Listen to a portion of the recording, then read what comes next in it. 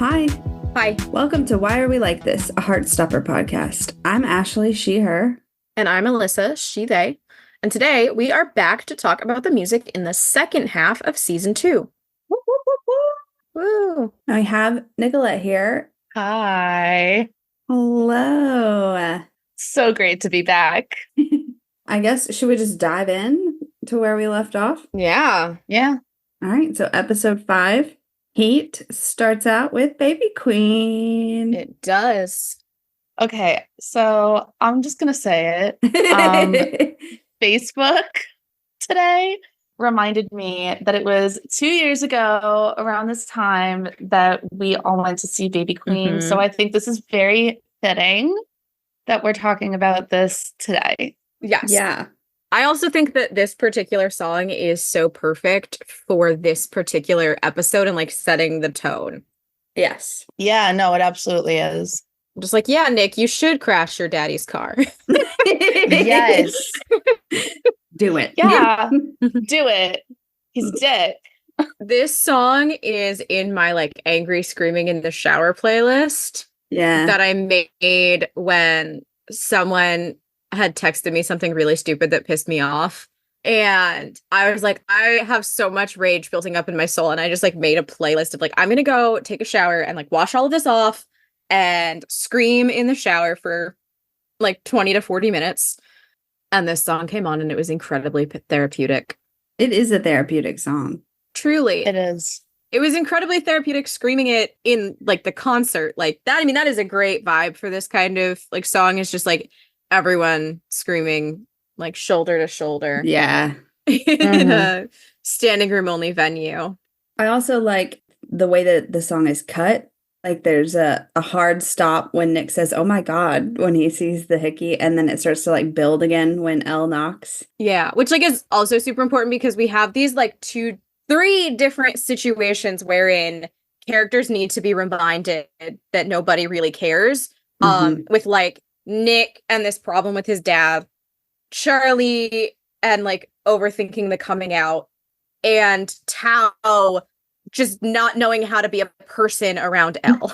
Yeah, it really is that. He just doesn't know how to exist. Yeah, I was actually about to say that too, that like I wrote down what I said was like bonus meaning to the song was like, it's okay if they fuck up because like also because they still like each other.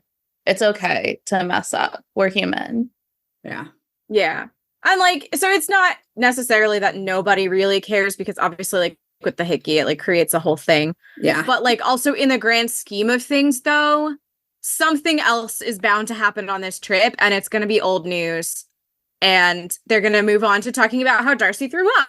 Yeah. Or how Nick came out. Like there's so many things. And you know, there's so many, at this point, there's so many variables of different things that could happen that people are going to be talking about, that this is going to fall to the wayside. And in 5 years, no one's going to be like, hey, remember when you got a hickey on the Paris trip? Yeah. Right. I also think that it's really fitting that the second it cuts to Stefan's texts, we get the line "talks cheap." Yeah. I was like, that's perfectly placed. Mm-hmm. Also, there's something poetic about the line, "Write a song for Jodie Comer," making it into this season, so knowing like that "Want Me" was the season 1 opening and that was the song for Jodie Comer. So I love that. Also, I have to mention that I saw her at Bonnaroo and I like camped out at her stage so I could be up front. So I was on the barricade for it and it was really freaking good. And then afterwards she came down and I got to meet her and she was so lovely and also so beautiful. I was like, I don't know how to talk to you. She is very hot. You I think will her eyes are piercing concur. like on screen? When you see them up close, it's like Hi. I have forgotten the English language. Yeah, pretty much. Okay, so number 2 is called "Does It Matter" by Christine and the Queens. And then it's in parentheses, Valor de Soleil. Yes. Yeah. And it is the like running up the Eiffel Tower song. My first note is a bilingual song. How fun. Yeah. Unfortunately, bilingual in a language I don't speak, so I am useless here. Yeah. Yeah. I did translate some of them. So the lyrics that I wrote down, but their hands are numb and empty. Their dull silence soothes me. Loud whispers in my back as if I couldn't hear. Thought I left the ghosts behind. They're just coming near. Forget I said it. I soliloquize. A stinging nettle. Their hands on their thighs. Run if you stole a shard of sunlight. Yeah, yeah. Don't ever tell them. I've got your back. Yeah. Choking to tears with shards of sunlight. Yeah. Run if you stole a shard of sunlight. Yeah. And then in English, it doesn't matter, does it? If I know any exit, if I believe in God, and if God does exist. So yeah, I don't have a lot of intelligent thoughts on this one other than it's a bilingual song for a language trip, which is fun. Yeah. Yeah. That's pretty much what I had. I was like, no thoughts. A lot of the like montage, Paris montage songs have been at least partially in French. Which I feel like just kind of like is like, here's the vibe. We're in France. Right. French. Yeah. One thought I did have was if my translations and timing are accurate, because I had to just like play the scene and kind of like try to read along, is that the song starts with the wide shot of the tower moving that direction, and then we cut it to like Nick and Charlie, and Nick's like pulling him up the stairs, and we get the line about thinking the ghosts have been left behind, but they're just coming near. My thought is that he's on this trip trying to be in the moment and trying to leave home stuff at home and the coming out stuff at home. And yet everything's about to like come to a head on this trip. So that's my one thought I had as far as honestly, the lyrics. Wonderful. I love it. Thank you. I actually do. I am warning y'all. I'm saving my analytical brain power, and everybody knows what for. Yeah. Yeah. So it's fine. Yeah. It's fine. I have thoughts here and there about songs, but I'm saving my like deep, English major shit for. Listen, we're not going to ace every single song on here, which is what's fun about it, because then people can write in and tell us their thoughts and we'll be like, oh my God, that's such a good point. So write into us and tell us what we missed. Mm-hmm. Yeah, please, actually. Help us. So yeah. Do we want to move on to the next one? Yeah. Mm-hmm. I figured we're going to want to talk about this one. Yeah. I love Cave Town. I'm just going to come out and say it. I love Cave Town so much. Okay. They're going on tour with Frankie Cosmos. Oh my God. I know. Can I briefly point something out that I just discovered in pulling up the lyrics? Mm-hmm. Yes. So there are two versions of this song. Yep. On one of them, right, the one in the show, Orla Gartland features. Yep. This is the remix, though, with Orla Gartland, because the original version features Biba Doobie. Yep. With different lyrics. Yeah. And I'm like, Jesus Christ. It is a Heartstopper artist bonanza over here. Yeah, it really is. Yeah. It really is. Although, wouldn't it have been really cool if they had put in the one with Biba Doobie? I think the lyrics on this one fit better. Yeah, I like the lyrics on this version. I think Orla's lyrics are better. Just for like the vibe. Yeah. That would have been cool. But no, this song, I love this song.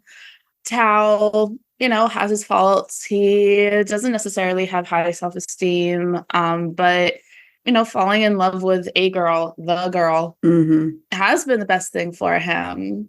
And then I also put, do we think that Tao thinks that Elle's lips taste like lilac? I think that would be the vibe, especially after meeting her parents and her hot mom. Yeah, I think so. That's the vibe. Lilac lipstick or chapstick. This is another one that has the same feel as like the snow scene for me, but it's like almost like the next phase of it, like the older version of that song, which tracks between these two because they were friends long before they've realized their feelings, whereas Nick and Charlie's feelings and friendship all very much happened like kind of at the same time. Yeah. And like this is very much of like this song has like so much more energy of like I've known you for so long. Yeah. And like, I'm falling in love with you and I don't know what to do about that. So I'm going to kiss you in the Louvre. Yes, finally. But yeah, my big note for this one just says squeals, so dang cute. The vibe of this one is spot on. It really is. You can never go wrong with a good Cave Town placement. True. But the next one is like one of my favorite songs from both seasons. Like it's at the top of my list from all of the songs we've gotten so far. Take it away, Ashley. It's Never Be the Same by Gabrielle Aplin. And it is the running to the train station at the end song. It's just, first of all, the song is just like so good. And it's like a punch straight to the fucking gut because like the overall vibe leaves you feeling like hopeful, but at the same time, like the context of the lyrics and what's happening is like gut wrenching. Mm-hmm. Specifically the don't recognize myself, my face, my name. I don't know who I am without you. It gets me every time. And the way that Nick like looks anxious, he's like all smiling and stuff, right? And then he like turns his face away from Charlie and you see it like kind of wash over him. But then when he looks back at Charlie, he's beaming a smile again. But Nick's really struggling to figure out himself and who he is. And this is something that we're going to continue to see him struggle with as we get further into the series. And right now, all he knows is that when he's with Charlie, he feels like himself. So without Charlie, he feels lost and like untethered. And I feel like pairing it with this scene where they're running and running and running and then the train is like speeding away kind of represents the feeling of that, like where everything around you is moving crazy fast, but you're stuck in the moment trying to like figure out where you want to move and how you want to proceed. And I feel like that's kind of what Nick is going through internally at the moment. Yeah, that's more thoughts than I had on this song. So this one, it hit me really hard. I know I've said this before, but I'll say it again. When I was watching it the first time, I subscribed to Alyssa's Patreon. So like I had seen some of the comic stuff that wasn't out publicly yet. And we get the line of Nick saying, like, I don't know who I am without Charlie. And like, I had read that already. And then saw this scene and was like, I just like burst into tears. I was like, Nick. But then I couldn't talk about it because that part of the comic wasn't out. All right, so episode 6. And we get another French song. And it's the opening scene. Nick and Charlie are entering the cafe where Stefan is waiting. And the French title translates to We Were Beautiful. I think I talked about this one a lot in our episode, but the entire song is basically about being obsessed with the person that you love and like thinking about them everywhere and everything reminding you of them. And it sounds like the focus on the couple in the song like is maybe not together anymore, so that's a little off, but the person is like still in love with them and is constantly thinking of them. So I think that it's still kind of fitting because they're definitely at that point in their relationship where it's kind of like all consuming. Mm-hmm. I will read a little bit of the lyrics again. On the sidewalks, I think of you. On the boulevards, I think of you. In the dark night, I think of you. Even if it's late, under the streetlights, I think of you. In the light, I think of you. In all hemispheres, I think of you. So it's just like over and over again. We were beautiful, yet we were speeding without brakes. So, but it's really pretty and it's super French. So,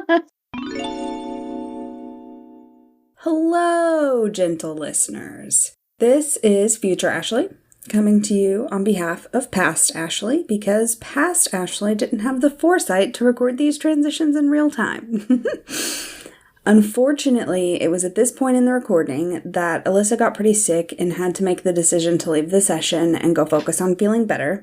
This recording had already been rescheduled multiple times, and with 4 people, scheduling can take some time. Plus, season 3 is upon us, and we wanted to get this episode out before the new season drops. So, we had to make the tough call to continue on without Alyssa. But worry not. They have sat down and recorded some of their thoughts for you, and I'm going to drop those in at the end of the episode since the bulk of it is their You're So Pretty analysis. And now you're thinking, Ash, you just said 4 people when clearly it was just 3 up until this point of the episode. Well, Kass did actually join us for this discussion. She simply had to join us a bit late, and it just so happened to work out that she joined us right about the time that Alyssa had to leave us. So from this point on, you will hear Cassandra, Nicolette, and myself discussing the music with a clip from Alyssa at the end. So I just wanted to clear that up before the voices change out of nowhere for the rest of the episode. Okay, let's get back to it. So the next one is Bros by Wolf Alice. And that is the Explore Paris / Shakespeare and Company / Neighborhood scene. My main thought on this one was that the sound of this one is like so youthful and like fresh and exciting and vibrant. Yeah. And so it fits really well. The lyrics I wrote down: shake your head, have some fun, forget your mothers and past lovers, forget everyone. Oh, I'm so lucky you're my best friend. Oh, there's no one who knows me like you do. Are your lights on? Are your lights still on? I'll keep you safe if you keep me strong. Jump that 43. Are you wild like me? Raised by wolves and other beasts. I tell you all the time. I'm not mad. You tell me all the time. I got plans. Me and you, we could do better. I'm quite sure. And the lines, forget our mothers and past lovers, forget everyone, really rings true to Charlie, like butting heads with Jane and like dealing with Ben, following him around everywhere. I feel like that works really well with Tara too. Darcy. Like we don't know that quite yet, maybe. Yeah. It's sort of a foreshadow. Yeah, for sure. And with Darcy, the like, you tell me all the time, I got plans, when we literally cut from them at breakfast and her saying she's going to be a better girlfriend and that she's got plans. And then we cut to this little montage. Yeah. And it's just like all of them hanging out together, having fun, being bros. Yeah. There's no one who knows me like you do. Like every couple in the show feels that way about each other. And also just like as a group, they all are so comfortable with each other. But we get that line specifically with a Tal and Elle scene. And I think it just like feels really right for them. And then I'll keep you safe if you keep me strong just absolutely destroys me thinking about where we're going to be going with these characters. So again, foreshadowing. Right? I feel like every single song I'm like, it's so fitting. It's like, right? We always do that. Yeah, dude, they put it there for a reason. Like, except for maybe the party ones where we're like, man. Yeah, right. Yeah, we're like, okay. But everything else, I feel like we say that about everyone. Because again, they just did such an incredible job with selecting music. Do we want to move on to the next one? 3D Feelings by Alfie Templeman.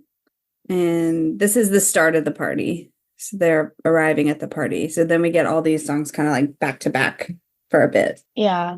For me, I didn't really have any thoughts on like lyrics per se, but it's like beginning party music. And it's like, it's a surprise birthday. So it's like not too loud and not too rambunctious where like Tara's going to walk through the door and be like, the fuck is going on? Like it's music.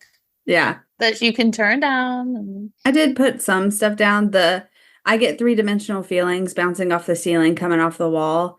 I put Darcy, Darcy, Darcy. She's literally bursting at the seams. Her feelings are absolutely 3-dimensional right now because she's like so excited to have this planned. And it like cuts out for a second for them to talk and it picks back up when she presents the vodka. And it says, all my emotions are explosions into stereo. I don't just feel them, I convert them into audio. End of the rainbow, geometric, like a movie script. And it splices into the next song. And everyone is like screaming and laughing and having the time of their life, being extremely loud about the vodka. And I just thought that was, again, a perfect pairing of like taking my feelings and turning them into audio as everyone's like, yeah. Yeah, for sure. I agree. Also, what cool lyrics. Those are just cool lyrics. I really like them. Yeah, yes. It's another way to like visualize your feelings, your emotions, right? Like that's cool. Okay, so the next one, Then It All Goes Away by Dayglow, and this is the bulk of the party montage until Isaac leaves. My notes are the lyrics: it's not always the same, you can't tell me you don't notice probably the same things as people watch Tal and Elle run into the bathroom together. Cut to Isaac. So you're telling me there's something different about it, even though we've been circling around it for forever. He probably does feel like this is something he's been circling around forever, trying to figure out. And why doesn't he feel what everyone else seems to be feeling? And it's becoming extremely apparent and overwhelming to him in this moment as he sat on this bed surrounded by people making out. Yeah, that's what I said too. I was like really proud of myself because I actually focused on lyric placement for this song. I was like, come on, everyone, like, give me a pat on the back. I did it. I did the thing. I'm gonna send you a cookie. And that's exactly, thank you so much. I said the same thing. I was like, it just, he doesn't like look disgusted, but if it goes on for any longer, he might start to feel disgusted. And it's different. And the way the song like emphasizes the word different too, really like puts an emphasis on how he is feeling. Okay. And then we get the really, really sad, poor baby. My first note is, by Lucy Dacus. Yes. And it's Isaac returning to the party after the James kiss. My first note is no sweet baby Isaac with a crying face. Mine says, ouch, question mark. I actually have a question that I kind of want to pose to both of you, but also like listeners, because sometimes I'll go down this road.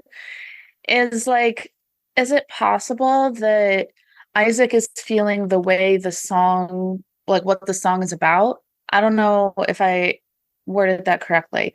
So what I mean is like the song seems to be about like how someone was sweet until they weren't, until they were like discarding.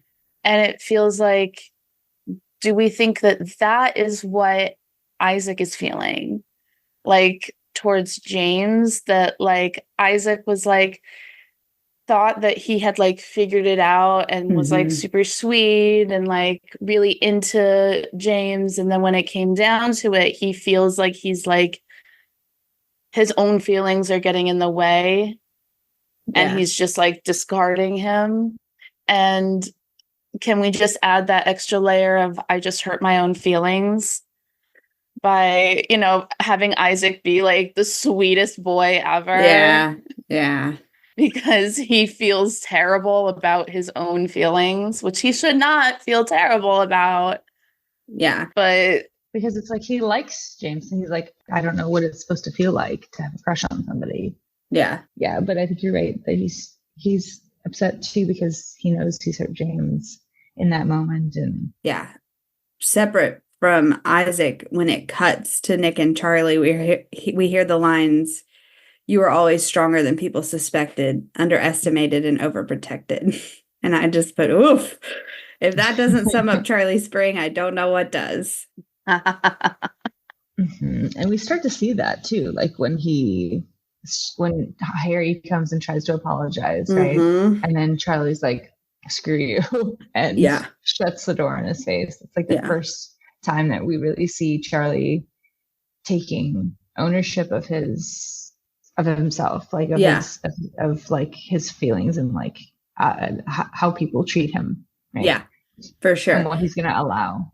And it's interesting to think about that. This is the first time we see him doing it for himself, but we did see him do it for Nick at the bonfire. That's true. But it wasn't for him. It was for someone he loved. Exactly. So to see him do it for himself, I was like, yay! Yeah. Yeah. So I agree with that. So the next one is another Baby Queen song. We get Pretty Girl Live. Baby Queen. Baby. And this is the scene of Charlie slamming the door in Harry's face and everyone celebrating. And then it goes into the Truth or Dare scene. Get him, Charlie. Yeah, get him. Get him. This is such a good song for a bunch of teens playing Truth or Dare. Just like trying to appear cool in front of their classmates. The whole song being about like putting on a front in front of everyone and like editing your life and your photos to be better and to be more, and how it affects your actual life. And there's this pressure to be cool and liked when you're in school. I mean, all the time, but especially when you're in school. And these kids are like doing dares and asking questions with the goal of like embarrassing the others, right? Like the point is to do crazy embarrassing shit during these games. And so on top of the general pressure of like the social scene when you're at that age, they also are doing this like crazy dare game. Yeah, it's just like, what thing can we make them say, or what thing can we make them do? Mm-hmm. You know, that's going to be like the most entertaining for everybody else. Right, exactly. Which often translates to super embarrassing for the one doing it. Right. Yeah. But of course, you know, Baby Queen is Baby Queen, and we love our Baby Queen. Yes. And how often her music appears, because she is queen. So yeah, I don't have many notes on that one other than it being a good teenage pressure song. Me too. I just really love that Baby Queen is in our ears a lot for this half, because it is a very sad second half, and she just makes the sad parts less sad. Yeah. Just by being there. So thank you, Baby Queen, for doing us this service. Absolutely. Making us a little less sad. For sure. And then we get another sad one. But it's beautiful. It is beautiful. It's called Deep End by Holly Humberstone. And it is the ending montage starting with Tara and Darcy in the bathroom. And then it goes all the way through the credits. I know it starts on Tara and Darcy, but I focused on Mr. Ajay and Mr. Farouk during the song. Or maybe we can call them Nathan and Yusuf. Are we there yet? Maybe we should wait till next season to do that. My notes are Nathan and Yusuf. That's what I've referred to them as in my notes. So not the only one. Because I love Yusuf, because I did not come out until my 20s. I came out when I was 25 years old as gay. Well, I identified as bisexual before that.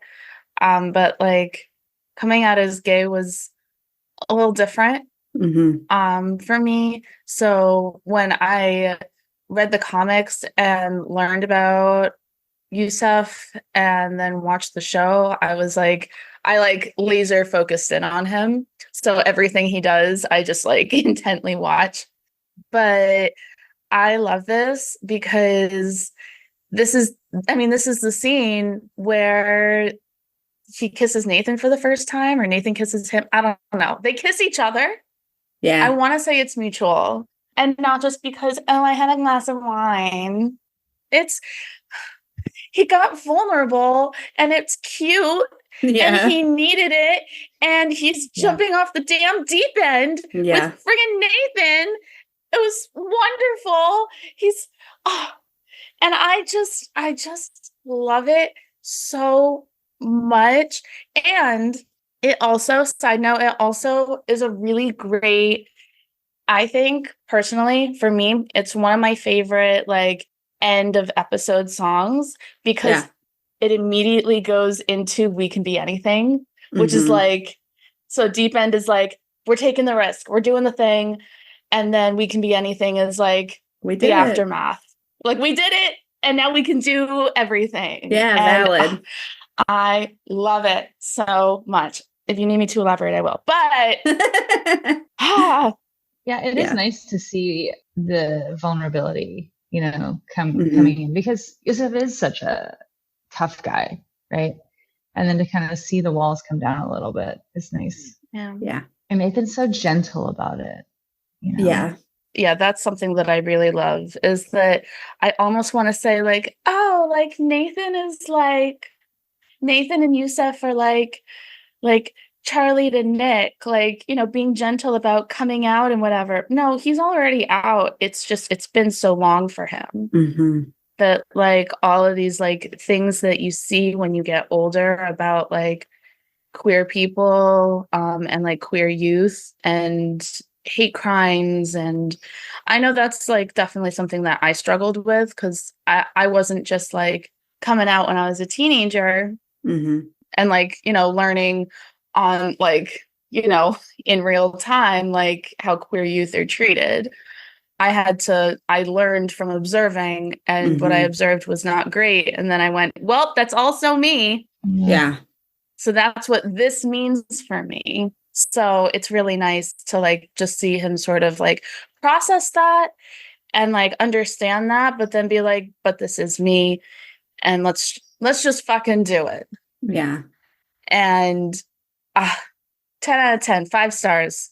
My notes for this one are kind of, I did lyrics notes. So I'm just gonna like just read it, I guess. Let's go, Ashley. I wrote down the lyrics: throw me in the deep end, I'm ready now to swim. The air in my lungs may not last very long, but I'm in. And I wrote down, Darcy is jumping in right now. She might be drunk, but she is telling Tara that she's ready to say it now. Though we see her lose some of that in her hangover. Like she gets a little, you can see the anxiety kind of creeping in the next episode. But by the end of it, she gets it back. Meanwhile, we see Yusuf jumping in too. He finally makes a move. He completely panics after and tries to take it back. But he does take the leap and say, you could just share my bed. Yeah. And I also wrote down, I'll be your medicine if you let me. Give you a reason to get out of bed. Sister, I'm trying to hold off the lightning and help you escape from your head. Yusuf is in his head. And Nathan has been flirting with a capital F this entire trip, and probably longer, let's be honest. Probably longer than just this trip.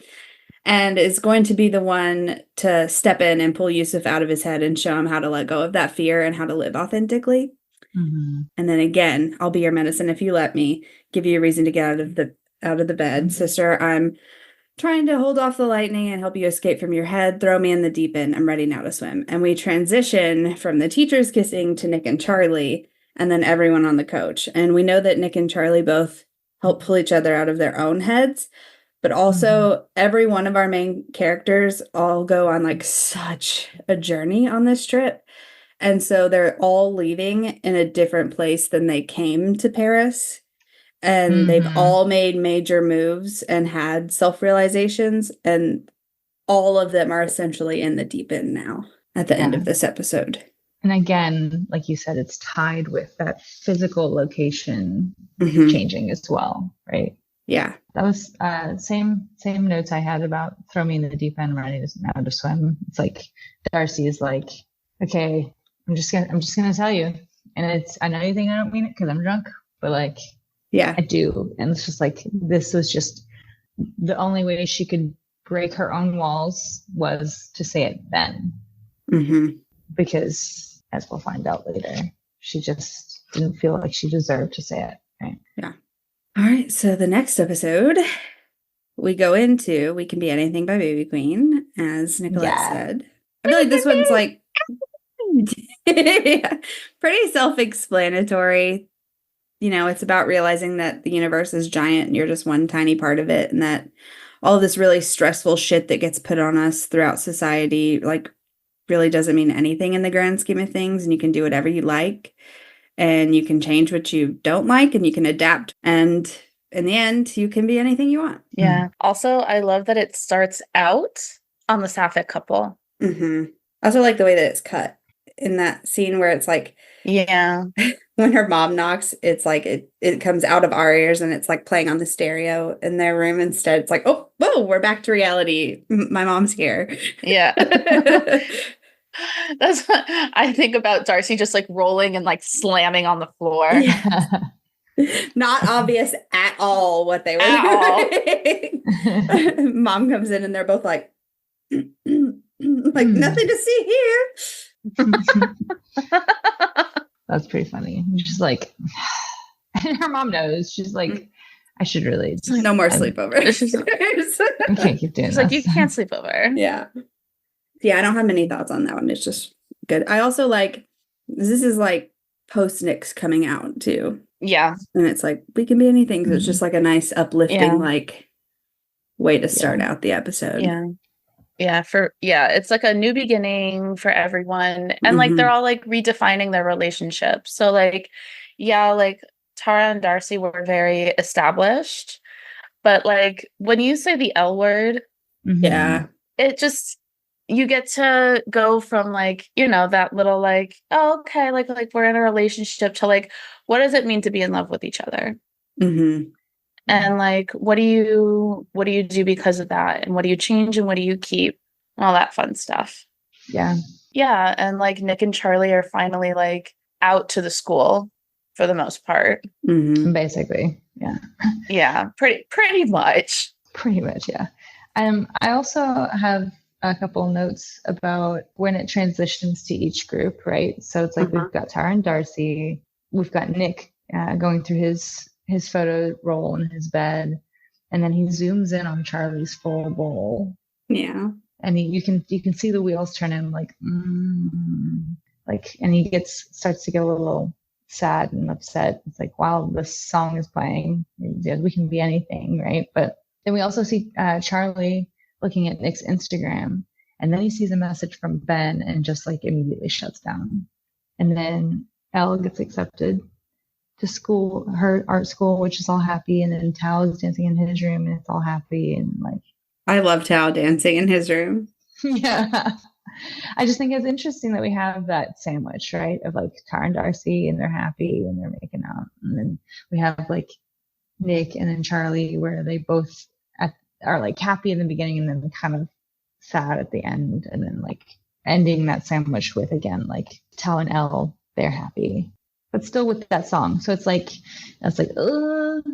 we kind of have this, like, these negative feelings in this happy song, but I also feel like it frames it in a way, it's just like, don't worry, it's going to be okay.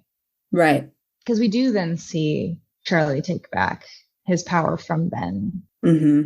We do see like Nick kind of getting more into and like trying to communicate with Charlie about the negative things in his life and not just the happy positive, right? Right. So.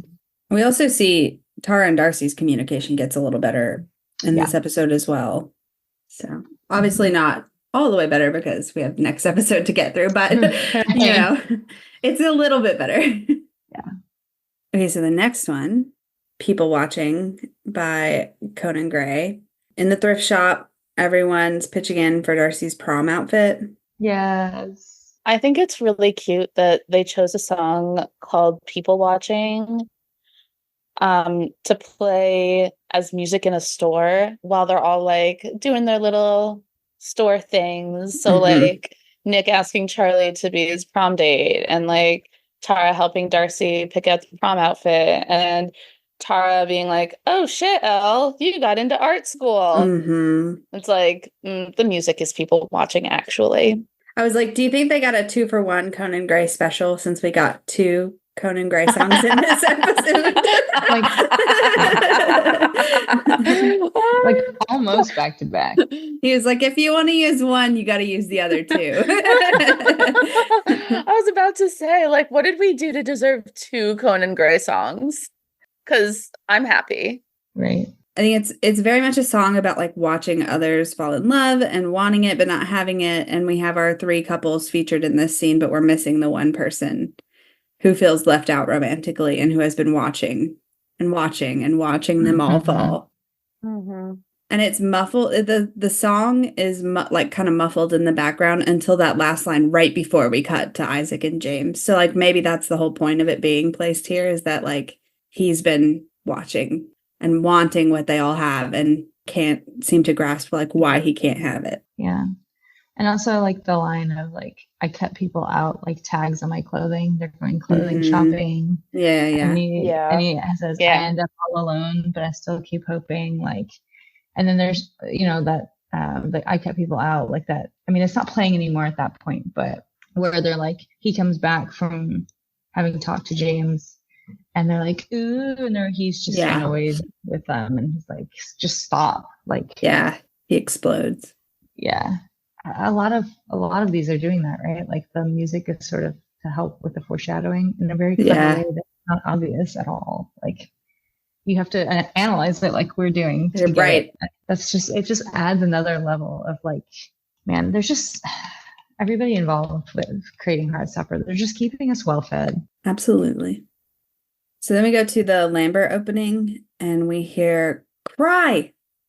There's an exclamation mark in the title, so I'm trying to get Cry by Caroline Rose.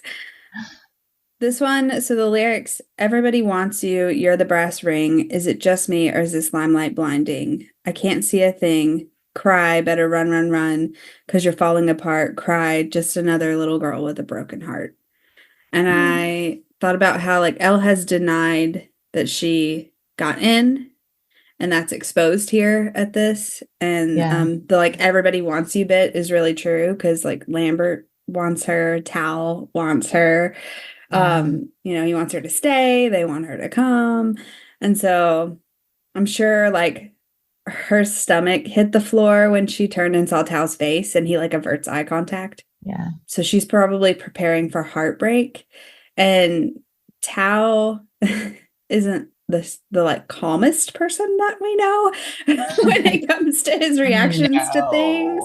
So I'm sure she's expecting like a full-on blowout from him from this. And so, you know, I think she's bracing herself for the broken heart bit. But luckily he does good on this one. And, you know, he works really hard to like school his face and to try to not like bring down the entire group. And then they have their side conversation later. Like, wow, gross. Tao is exhibiting like some self like realization, right? Yeah. It's like, yes, let me just analyze myself here and just kind of reel it in. And like taking into consideration the support that Elle needs in this moment and not just thinking about him and his own hurt feelings. Yeah. And I think too, like he was mentally preparing himself for her to go, and still just like he says later, like, I just want to be with you no matter where you are. Right. So I think he sort of already was processing that. Yeah. And I think we've seen him little by little processing it. Like the last couple episodes, like we get that scene with him and his mom, and then we have the scene at the beginning of this episode where he like goes to ask her like, so does this mean you're leaving us? And then he was like, wait, that's not good wording, let me rewind. And so he's been slowly working on it. Agreed, because that was his like first impulse, right? Was to say that, and then he was like, oh, I'm not gonna say that. Yeah, good job, Tao. Yeah. We love personal growth. Yes. Especially from Tao. From season 1 to season 2, there was so much growth. It's beautiful. Good job, Tao. Yeah. A+. So then we get Isaac's like moment of discovery with the Arrow Ace art, and we get the other Conan Gray song, Crush Culture. Yes. Does this mean that Conan Gray is code for Isaac in this episode? You know, it might be. It really fucking seems like it. Yeah. Because this song is perfect for Isaac and Isaac only. Nothing else. I know there's other things that happen in this scene with this song. It's Isaac. It's just Isaac. 100%. And I put down, there really isn't another option other than to use this song with this scene. No. 100%. Yeah. That's it. Like the lyrics, like, I don't care what you're saying. I don't want to participate in your game of manipulation. And no, I don't want your sympathy. All this love is suffocating. Just let me be sad and lonely. First of all, no. But like, all this love is suffocating is just like, yes, Isaac, all this love is very suffocating for you, isn't it? Yeah. Watching all of his friends couple up and then like feeling the need to and being like, actually, no, I don't need to. Conan Gray, if you're listening, I don't know if he ever will, but if he ever does, are you Isaac? And then also the like chorus, because crush culture makes me want to spill my guts out. I know what you're doing, trying to get me to pursue you. And that like is what keeps playing for the rest of the scene. And that's when we get like Tara and Darcy and Imogen and Sahar, but it's not really relevant to them, I don't think. It's really just for Isaac. And there's not really like, I don't feel like we have to go into detail too much on like why. It's like pretty obviously fitting for him. Yeah. But I mean, we could just, it's just one line. I'm sick of the kissing cult. Boom. Yeah. But it seems like the conversation that he has with the artist here frees him from all of these feelings. Yeah. Which is the important part. Yeah. Just seeing his face change when he like learns about himself. Yeah, and he gets a leaf moment. Yeah. I'm not tearing up right now. It's not happening. I'm not tearing up just thinking about it. No. And not a blue leaf moment. No, aren't they? He gets the Arrow Ace colors, right? Yeah. Okay. Oh no. I'm not tearing up. Oh no. For everyone who's listening, Cassandra just had to take their glasses off to wipe their eyes. I did not. She's such a liar. Oh my god. It is a beautiful scene. It's just well, it's okay. Don't put your tissues away just yet. Oh, don't worry, I have more. Because we have the song that gets everyone. Well, so the next one is Skin by Carmody. Oh, right. You know, I totally forget that one. And I just go straight to the end because I have no thoughts on this one. Wait, I didn't even hang on. I looked up, I was like, all of the Heartstopper songs in order and like where they were. And that was not in this one. This one is really quick and it's kind of like in the background. So it's when Tao and Elle are talking at the art show. But the lyrics that I wrote down were, I still find you, I still find your skin. Can you feel me in your skin? And the whole song is like, I want you, the clouds move on above, but I still feel you like here in the moment with me. Like the world keeps moving, but you and me, we're tied together and nothing, including physical distance, will ever change that, which is exactly what they're talking about in this scene. And Tao is expressing that like, no matter where you go, like I want to be with you. And so just another cute one that got slid in there. Another perfect one placed perfectly. Okay, so now we get the one. Are you happy now? No, the fuck I'm not. Yeah, so this is... I am not happy, Wolf Alice. Yeah. So Blush by Wolf Alice, and it's the ending montage from Nick looking up eating disorders to Darcy getting kicked out. So yeah, no one's happy. Literally no one is happy. Everyone is upset. Nothing is okay. Everything is sad. Fuck Darcy's mom. Yo, for real.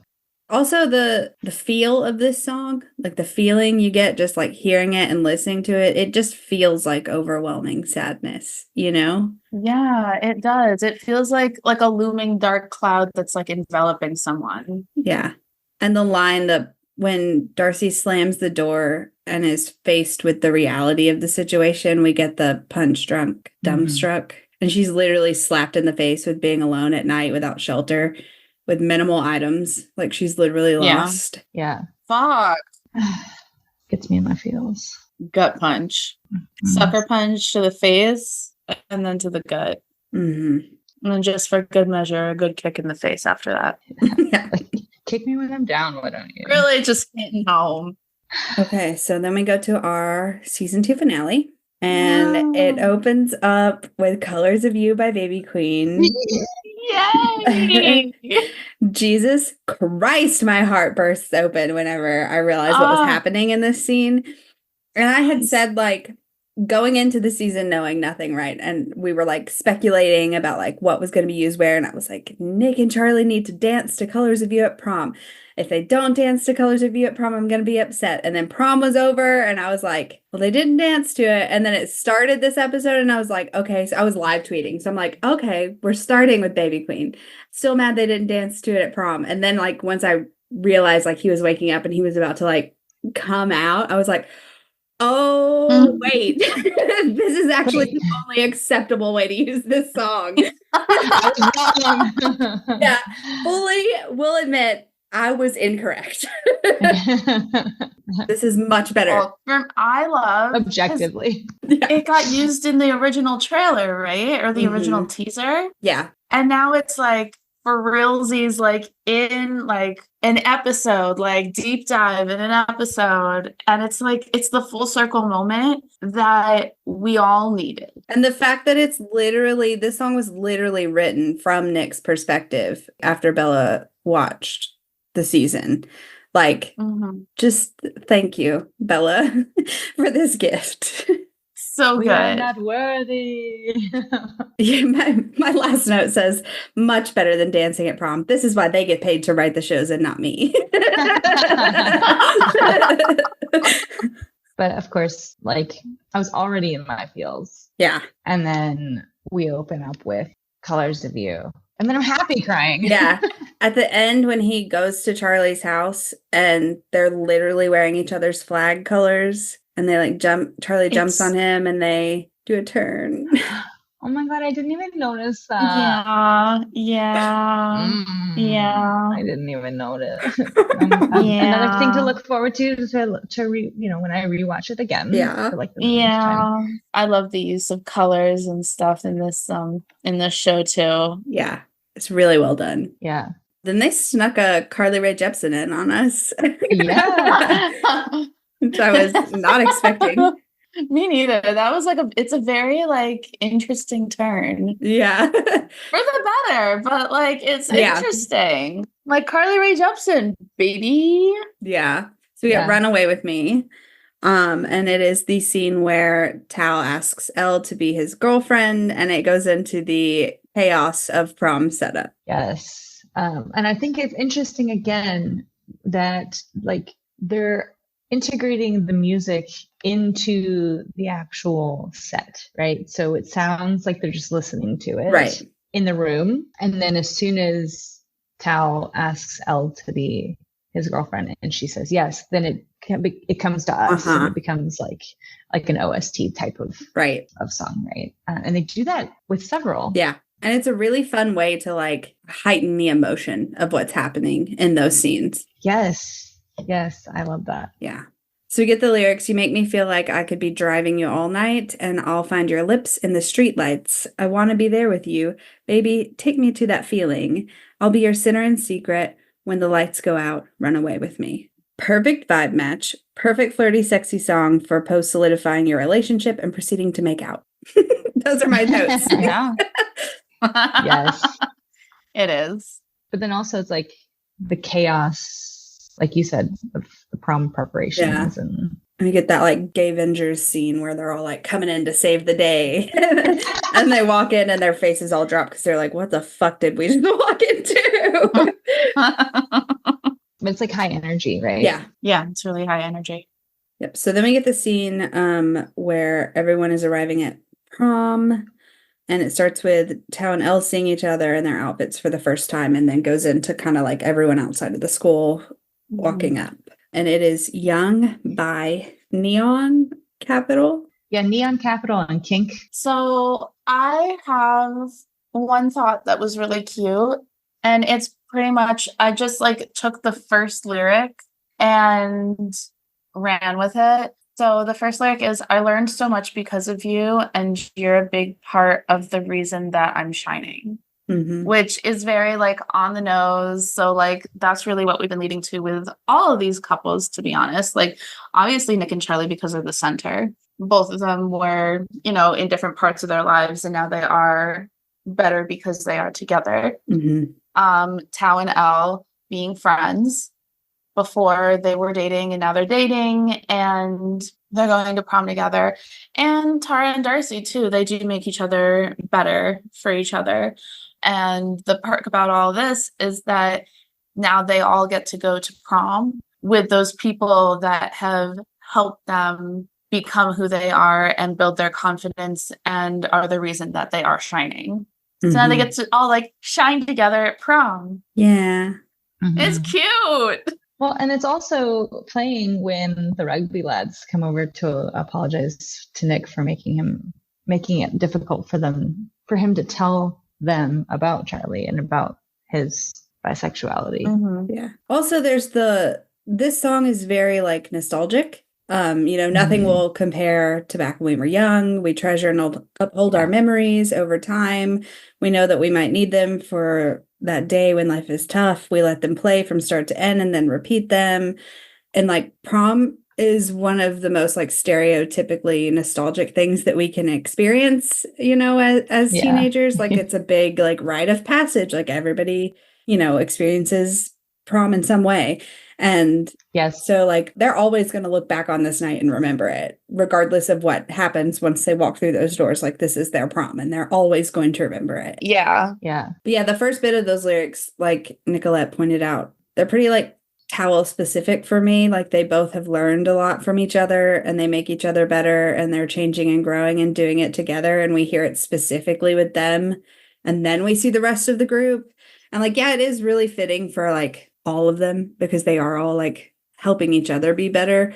But I really liked focusing it on Tao and Elle in the beginning there because I think Tao has had some of the most growth. Oh, for sure. And so, you know, and Elle has been a major part of that outside of their like romantic relationship, a huge part of that for him. And so, yeah. Yeah. But the nostalgia of it really got me. Yeah. And then we get the Nick and Tara bestie moment, which is like so sweet. And we hear Happy New Year by Let's Eat Grandma, which phenomenal band name. Right. Let's Eat Grandma. Like what? So good. I would love to have been a fly on the wall when they were talking about like when they decided on that name and like how they got there. So good. I would have loved to have seen that process. Yeah. But the lyrics we get are sparks in the sky until we meet the sunrise. Then see the year come into bloom, and nothing that was broken can touch how much I care for you. Because I know you'll always be my best friend. And look what I have with you. I said, I don't know how we do it. And you said, just think if we'd have been together, we'd be breaking up. And I love this for them, for the two kids that kissed when they were 13 and ended up becoming really good friends. Oh, yeah. Both queer and in queer relationships. And like looking back and thinking like, had we actually tried to do this thing, like we for sure would have broken up. It never would have worked. But I'm so glad that I have you as my best friend. And thank you for like being here to support me through this. And like, this is like when Tara is having her like major breakdown about Darcy, right? 'Cause she hasn't heard from her all day. She's supposed to be here. She's getting really worried. And Nick is the one who has to like ground her and remind her that like sometimes you have to do the hard thing and talk about the stuff you don't want to talk about. And like while he's giving this support to her, he's also hearing his own words and like realizing that I'm going to have to talk to Charlie, as scary as it is for me and as scary as I know it will be for him. It's something that we have to do. Yeah, agreed. And it doesn't play for very long. It's really quick. It's so impactful. Yeah. And those set of lyrics are just so good for Tara and Nick. And so then we get the Baby Queen cover of The Cure's Just Like Heaven. Yay! Yeah, we get the I promise that I'll run away with you as Tal and Elle kiss. And she says she wants to go to Lambert. And then I put, hopefully they have a photography or filmography course so that Tal can run away with her to Lambert. Yeah. And we get you, soft and lonely, you, lost and lonely, you, strange as angels, dancing in the deepest oceans, twisting in the water. You're like a dream, just like a dream. For Nathan and Yusuf as they walk in. They had one night in Paris, just like a dream. And now they're going to go for dinner and drinks. Yeah. Next time. Yay! And then for Imogen, and she's like gazing up at Sahar, and we get daylight licked me into shape. I must have been asleep for days. And moving lips to breathe her name, I opened up my eyes. So good as she's like realizing like this is real. What I'm feeling is real. Yeah. My note for that is Imogen catching feelings for Sahar? Sure does look like it, doesn't it? It looks like it. And this is after the last time we see her in Paris is them in bed together cuddling. Yeah. All right. So like it's been slowly building, and I think this is her being like, yeah, okay, I'm definitely feeling feelings, like accepting that she's feeling feelings. Token ally, no more. Also, Zahar being like, Imogen stopped texting me when she got a boyfriend. Like calling her out. I'm like, yep. You felt a certain way, didn't you? Yeah, that was feisty. And then we get Isaac walking in to take the book, and it says, I found myself alone above a raging sea, which is also perfectly placed. And then we get Tori sitting, sipping a drink. Also, that's just like a great cover. It's such a good cover. Oh, yeah. And so then, we go into another Baby Queen song. Also, like, we didn't mention, she's actually freaking on the stage. Like, they actually got Bella to come be in the show as part of this band. So that's really cool. You say it got her to come, but I bet she was like, can I be there? Maybe. Or they were like, Bella, we have an idea. We're just going to run it by you. And she was like, I thought you would ask sooner, but. Yeah. Like, if you weren't going to ask me in the next week, I was going to call you. I actually already have it on my calendar. Whether you liked it or not, I was showing up. So. But so this is like the prom wrap-up scene. All the things, which she did say when this song came out, she did a TikTok, which has been removed, but I had downloaded it and I went back into my camera roll and found it to double check.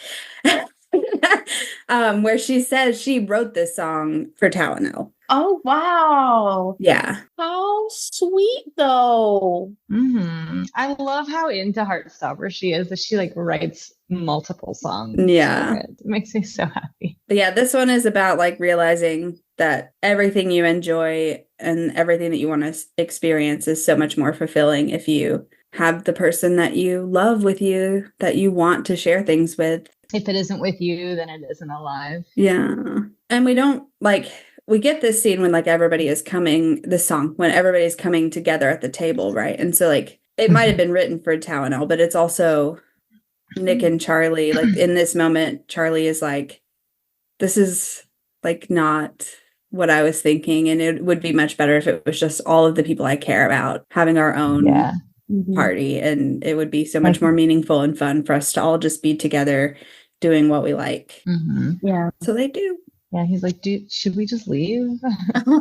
I love that line where Charlie, and it's during the song too, where he's telling Nick that they were obsessed with the idea of coming out, that they forgot why they wanted to do it in the first place. Mm-hmm. And it's like, yeah, when you come out, you know, you want to like make the statement or whatever, but it's more about because you want to not be scared or like be like hiding who you are. So like, yeah, all the things that they want to do with each other in public when they want. Yeah, it's like they didn't want the negative attention, but then he's also realizing that he didn't want the positive attention either. He just wanted to be left alone. Right. Let me be me with my boyfriend. Exactly. Yeah. The whole point of this was so that we could just exist together and not have to hide. It's not that we need to show off for everyone. It's just that we want to be. Yeah.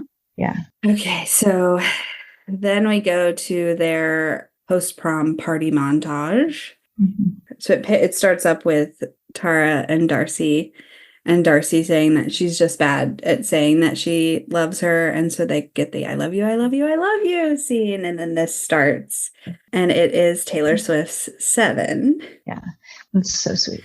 And at this point in the show, this is like pretty close to the end, I am fully, like on my first watch, fully wrapped up in emotion, like have forgotten every predisposition that I had been thinking about, like, oh, I can't wait for this or this or this or this, gone.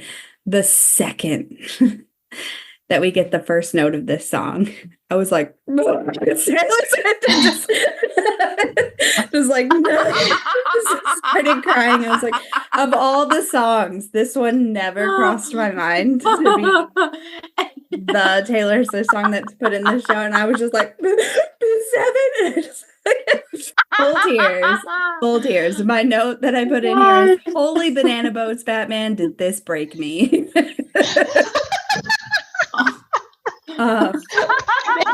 It's so good. It's so perfect. Picture me in the trees. I hit my peak at 7 feet in the swing over the creek. I was too scared to jump in, but I was high in the sky with Pennsylvania under me. I think it's interesting that we have that line that I was too scared to jump in after we've done Deep End, like, and everybody does make that jump. And now we're like at the end of that arc, right? This is the culmination of all the things that we've seen them work up to all season. And it's an interesting parallel with Tara and Darcy, because the last time that we saw them on the floor together was during Deep End. Throw me in, I'm ready now to swim. And I don't know. It's just beautiful. And I'm not going to wax poetic about it too long because I already did that on our episode. But this song, it just feels like childhood magic. Like when you listen to it, it just feels that way. And that's exactly like what this night is for them. It's playful and magical, and they've left prom to come to their safe space to have their own party and like be full of love and together with just the people they care about most. And it is magical. And they are doing like fun, silly games and like having some drinks and like being playful and like, I don't know. It's really good. And I'm glad that they used this one because there were a lot of songs people were throwing out. I mean, she's got a huge catalog. So like it's like there's no way to guess what's going to be used, you know? Mm-hmm. And the next one hurts. It hurts a lot. We're here. We're here. Yeah. We get it. So we get You're So Pretty by Wasia Project, which I'm sure you all know, but if you don't know, that is Will Gow's band. So the guy that plays Tao, this is his band with his sister. Shut the fuck up. Yeah. I didn't know that. Okay. That's fun. Yeah. So this is Will's sister singing this, and he plays the piano in this song. How dare the extra layer? Yeah. I'm done. Yeah. Goodbye. What? Yep. So I'm sure we're going to get more of their music in season 3. And they have put out a new EP, and I listened to it and was like, I hurt because I can already see where these are going to be placed. So my note that I wrote for today is just that I'm going to let Alyssa take the poetic analysis and run with it. Yeah. So I'm excited to hear what she has to say. Yeah. It's interestingly short. Like the lyrics, there's only like 4 sections. The song is short, yeah. The whole song is pretty short. But very impactful. Yes. This is a really good one. I mean, we always say like, oh, this is so perfect. This is so perfect. But it's like the buildup of us being like, wow, this is so perfect. And then like, we have no idea what's coming next. And then this hits. Yeah. And we're like, actually, fuck every single other song in this entire season. Actually, fuck every single song in the entire series. This one. This is the one and the only one. Fuck it. I opened my notes from Perfect to see what I said. And it says, Charlie says, I'll see you tomorrow. And he is a blubbering mess. He giggles and walks away and looks back at Nick before walking away fully. And then this rude ass music plays.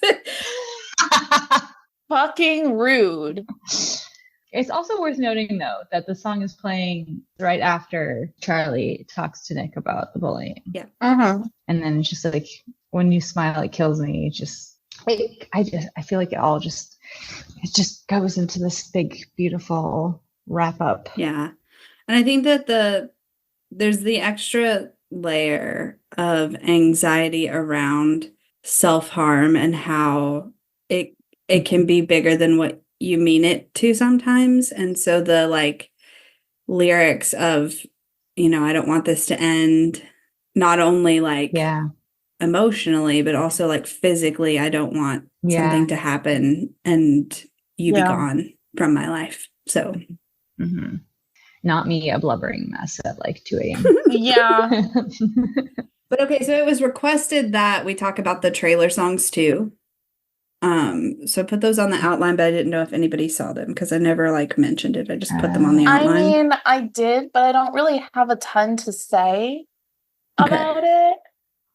Like the teaser is easy if we're gonna go by lyrics. Yeah, so it's Gold by St. Joan is the teaser song. And I mean, it's a teaser. It's like, what, 40 seconds long? Yeah, really short. 30 seconds long. It's really short.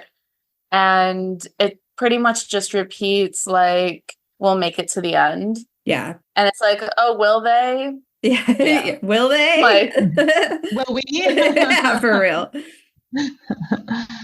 Yeah, Baby We Could Live Like Crazy Lovers who just maybe make it to the end.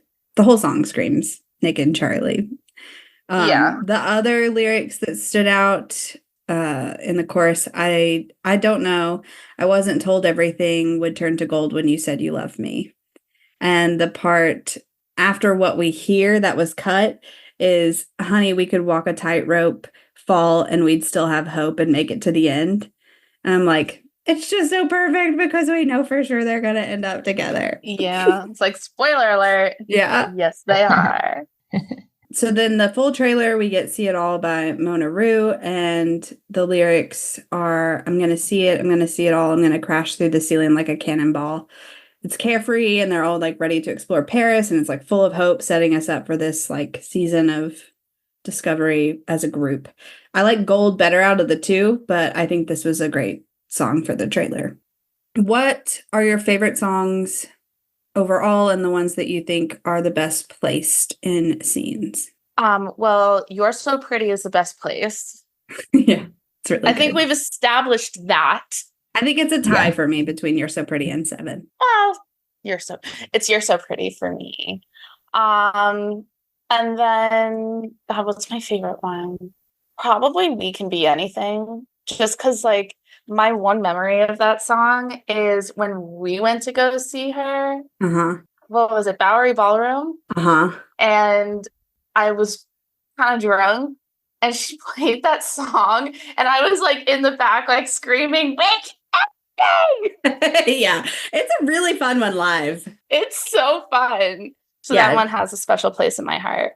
Definitely. All the Baby Queen songs like are absolutely on the list, and also Never Be the Same is at the top of my list too. But yeah, it's a tie for 7 and You're So Pretty for me for like best placed. For me, I feel like Colors of You. Yeah. Gonna get my pick. Obviously. Yeah. Well, yeah. Damn it. There's so many good ones. Okay, it's a triple really tie. Really just keep adding to it.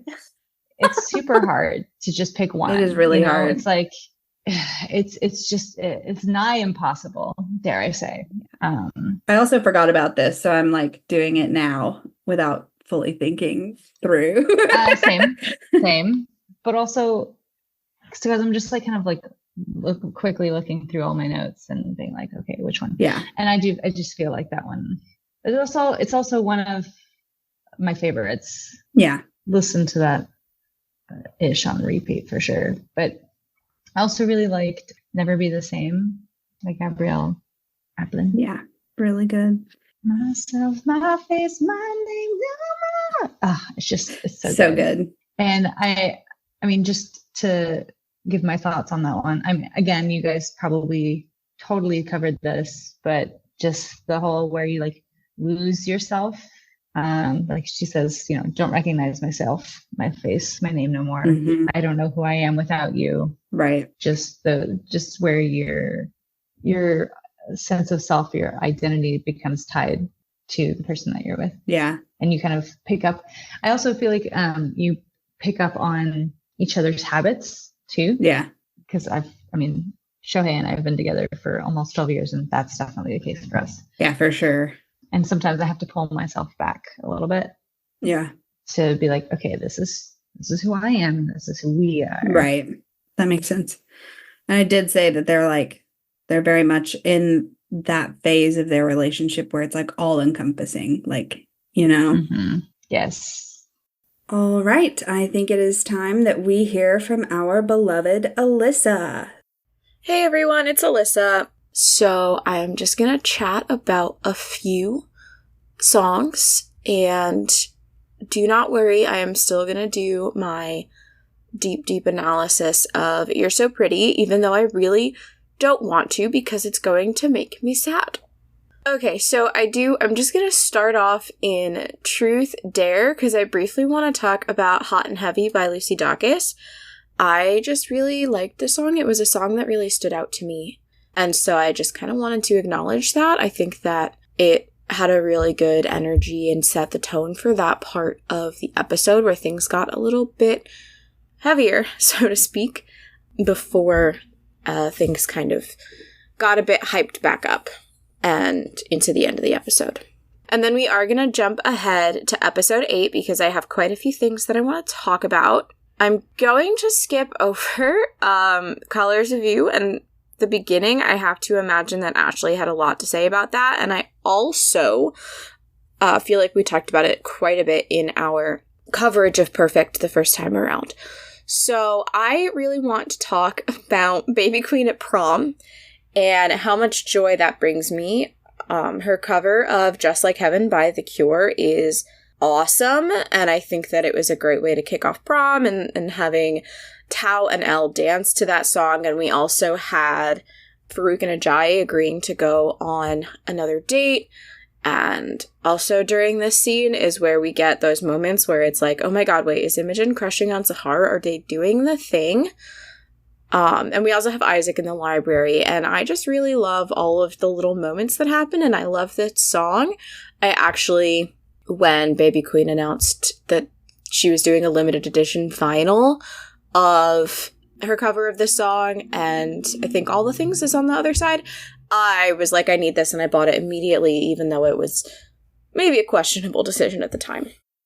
Also, obviously going to talk about Taylor Swift, because I have mixed feelings about the inclusion of Seven in this episode. I think that it is a great song. I think that it is a great song for this moment, but I have two major problems. Number one is that they edit the song in a way that's kind of jarring, because it cuts out during an instrumental and it cuts back in the middle of the bridge, and it just like throws me for a loop just from like an editing standpoint, especially because then you think about it and it's like, hey, they cut most of the bridge, and the bridge is so Tara and Darcy coded, and given everything that's just happened and the impact of that scene, I wish that they had included that bridge, because I think that the lyrics there have a lot of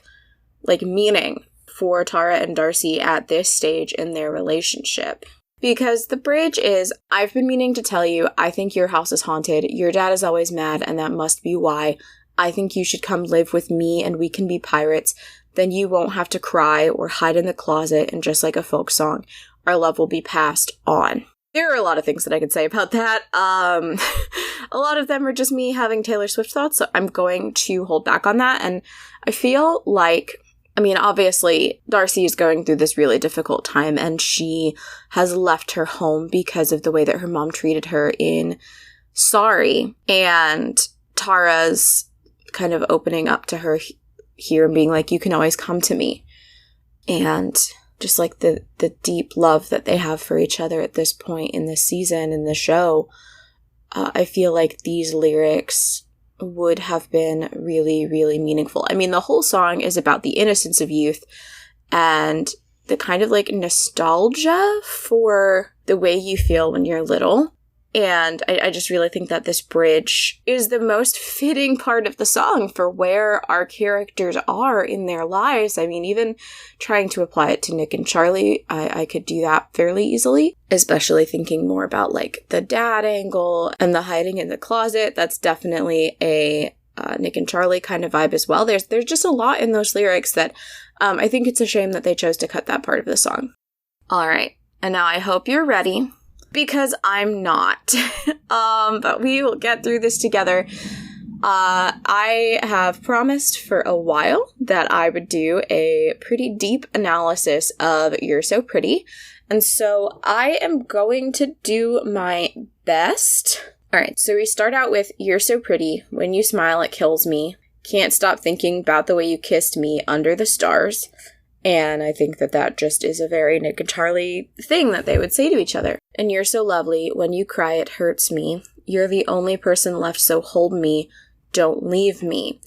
And this is where it starts to get painful, because Nick and Charlie are at this place in their relationship where things are just so dark and so difficult, and Charlie is opening up to Nick about the pain that he felt when he was being bullied and the self-harm and all of these different things, and Nick is terrified.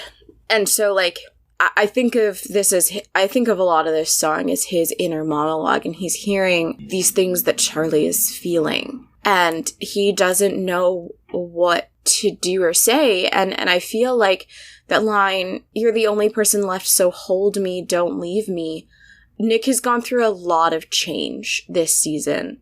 He's lost some of his friends. I know that he's reconciled with Sai, Christian, and Otis at this point, but I have to imagine that things are going to take some time to really get back to the place that they were. Plus, Nick kind of blew everything up with his dad and David, rightfully so, but I have to imagine that it's an isolating feeling for Nick. And so being like, you're the only person left, like, you are the stable thing in my life. I need you. Hold me. Don't leave me. And then we get to the bridge, which this plays as Charlie is leaving at the end of the night. And it says, I'm so scared that the moments we shared won't happen again. I don't want this to end. And this, to me, again, I'm continuing imagining this as Nick's inner monologue. And I'm thinking about everything that Charlie has just admitted and opened up to Nick about, and how deep and dark it got really, really fast. And I think that Nick is coming to terms to the reality of how bad things are. And there's this fear on a few levels of, number one, that Charlie is going to leave him. As we hear in the second verse, don't leave me. But also I think he's worried about Charlie ending his life because of his depression or because of his anorexia, like leading him to starvation. And I think that Nick is trying to put on this brave, brave face. And even in the episode, we see that the minute that the door closes, his face falls. And that's actually when we get that line, I don't want this to end. And we see that real fear that he has. And so that really, really sticks with me every time I watch the episode. And then it ends, and this is on Charlie's perspective, because you're so pretty, when you smile it kills me, you're the only person left, so hold me, don't leave me, which is a blending of the first two verses, and it's almost like we're now in Charlie's perspective because of the way that he might be feeling, and this sense that he doesn't want to lose Nick either. And then the episode ends on the words, don't leave me, and destroys all of us. Yeah. So those are my thoughts and feelings. I hope it lived up to everything that you wanted. Okay. I think that just about wraps us up for today. We will be back so soon with season 3 coverage. I am planning to do reaction videos for each episode this time around. I did that for each of the Heartstopper official podcast episodes, and I had a lot of fun with it. So I'm looking forward to doing it with this full season. So if you're interested in that, the full version of those reactions are posted on our Patreon, and a highlight video is posted over on our YouTube channel. If you want to follow us online, we are at Why Are We Cast on all platforms. And if you liked this episode, please consider rating and reviewing us, as it will help others find us. Until next time, bye. Bye. Bye.